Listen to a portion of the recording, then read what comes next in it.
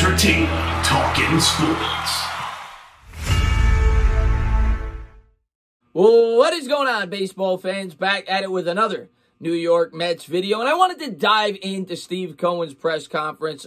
Tremont Productions basically told me on my last video, listen, man, I want to see some Mets content, and you're absolutely right. I'm going to try to get up as much Mets content as I possibly can. Just understand, during the football season when the New York Giants are playing, and during the offseason, I'm going to be very busy because the majority of my channel is built around the New York Giants. I try to sprinkle in some Mets. I try to sprinkle in some Knicks as well. But I recognize, as a diehard Mets fan, this is not the normal offseason for the New York Mets. We finally have some money to spend. We finally got a new owner, and we finally have some hope for this franchise, and I'll definitely be covering the Mets extensively throughout the season, and it's a team I am really excited about. As a matter of fact, between all three of my teams, the Mets, the Knicks, the Giants, it's not even close. The Mets are by far the closest to potentially competing for a crown, and you know what, being completely unbiased, I would tell you, the Mets are probably my favorite team of the three, to be completely honest with you. It's very close, but I am a diehard New York Mets fan, and I was pumped up listening to that press conference a couple of days ago, coming out from Steve Cohen, and some of the things that he had to say. I'm going to touch on it. I also want to touch on, before I get going, his decision to just scrap everything. He's gotten rid of everybody from this organization. Sandy Alderson, who we all know, is the president. Alderson, of course, the former GM, who was, if I remember correctly, was hired by MLB to try to fix the New York Mets situation that they had when they had a small market owner. Alderson, of course, was, I think he was a friend of the commissioner, and he was a guy that really adopted sabermetrics. He was one of the first guys to really do it, in my opinion, and I like sabermetrics as a tool. I don't like it as the complete tool bag. I thought Alderson was a little bit too reliant on sabermetrics, and that is why Daniel Murphy left. That is why we brought in a guy like Neil Walker. He was more of a sabermetrics guy, and I think it definitely worked in some instances. We made the World Series. I'm not saying he did a bad job, even though Omar Minaya deserves a lot of credit for that as well. He was the GM before he took over, and some of those pieces were a part of that World Series team. Sandy Alderson did a pretty good job, and some of the trades that he made during that offseason definitely worked out, but he will not be the GM. The only guy that really remains on that was in a major role for the New York Mets last year is the manager, Luis Rojas, who was in his first year. He only managed 60 games. We move on from Brody, and we'll see who the GM is that the New York Mets appoint. I'm sure that there's a number of choices. The Mets also are going to have a lot of options out there now that they have money to spend, and that's going to take me to Steve Cohen and some of the things that he had to say.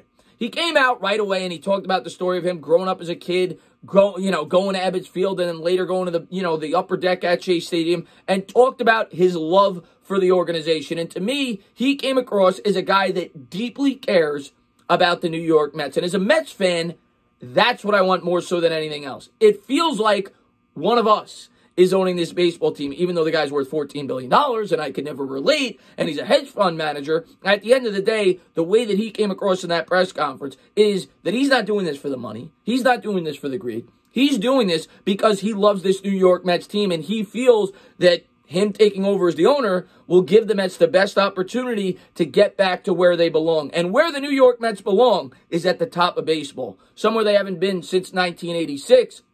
And that's kind of what Cohen later went on to say, even though a lot of you guys might laugh and say, no, that's not where they belong. When you think about the top of baseball, you think about the New York Yankees. But as a Mets fan, I'm sick and tired of it.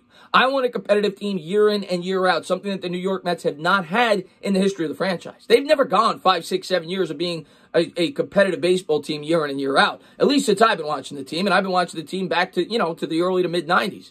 And they have progressed. This, to me, signifies that I think this team is going to show consistency, and that's what Steve Cohen talked about in that press conference. Now, he sounds like he's going to be a responsible owner. He sounds like he wants a responsible general manager. He basically went on to say, for lack of a better word, what John Mara said, they're not going to go hog wild. They're not going to spend like drunken sailors. I think that's the term that he used. But they're going to spend when it needs to be spent. And as a Mets fan, that's what I want. I don't want a guy that's going to go out there and just throw around money just to throw around money. He also talked about beefing up the scouting department, the farm system, everything else. Long-term plans for the New York Mets while also fixing the immediate future. And he talked about wanting to win multiple World Series and for this team to be competitive year in and year out. And what more can you ask for as a New York Mets fan? The other thing that I was really impressed with what Cohen had to say, as a Knicks fan, one thing I cannot stand, even though it's gotten better in the more recent years, about James Dolan is he was way too hands-on.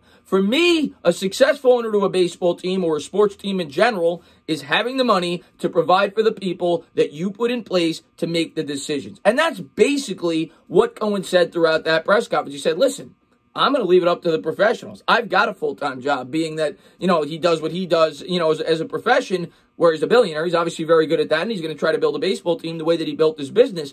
But he's going to obviously give the guys that he gives the title of GM and, assistant GM and everything else, the decisions. He's going to let them make the decisions. He's going to kind of just be there and provide them with the money, and obviously they'll talk and collaborate, but he is going to let them make the decisions when they need to be made. And to me, that's what I want in an owner for the New York Mets. I want the best minds in here possible to make the decisions that need to be made, and I want the owner to be able to provide them with the money that they need to make those moves. Now, as far as the offseason goes, and some of the big names that could potentially be out there for the New York Mets and Steve Cohen to try to produce a winning ball club for the New York Mets, well, first off, I don't think we're that far away. And obviously they extended Marcus Stroman on the qualifying offer, which I thought he would do. He signed for $18.9 million as we continue to beef up that rotation. But I don't think the New York Mets are that far away. I really don't. You look at this lineup, they've got young talent throughout the lineup, whether it be Jeff McNeil, whether it be Pete Alonso, whether it be the emerging Dom Smith, who they can now use as the DH. We'll see if they try to provide a catcher. We'll see if Nimmo's in the long-term plans. I've heard rumors about George Springer. But I think the Mets are going to try to sprinkle in one or two pieces on that offense. I've consistently heard them linked to George Springer. George Springer's a guy that is a near 5'2" player that would provide some punch into that lineup and play in the outfield. If they were to do that, there's a good chance they could potentially trade Brandon Nimmo, who I absolutely love. But I would love to bring in a guy like George Springer. He would definitely help solidify this lineup. There's no doubt about it. In addition to that, we've heard about JT Realmuto. We've also heard trade rumors, for other potential players, whether it be the shortstop from Cleveland. And we'll see what the New York Mets decide to do. They also may be very much involved with the top pitcher in this year's free agency, being Trevor Bauer.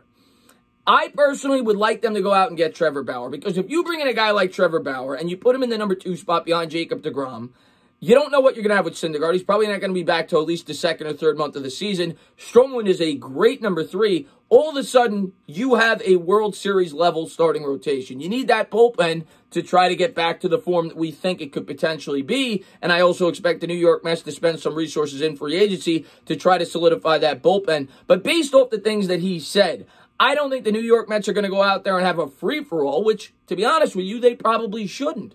They should bring in high-impact players in spots where they need to. But at the same time, you don't want to sign ridiculous contracts. Realmuto's a guy that maybe you bring in depending on the price. But I think the Mets will be responsible, but at the same time, they intend to sit at the big boys' table, which is exactly what he said. No longer are the New York Mets going to be a small market team. He also compared us to the LA Dodgers. The LA Dodgers spend more than anybody. He basically said he wants to emulate the way that they build a baseball team, which is the right way to do it.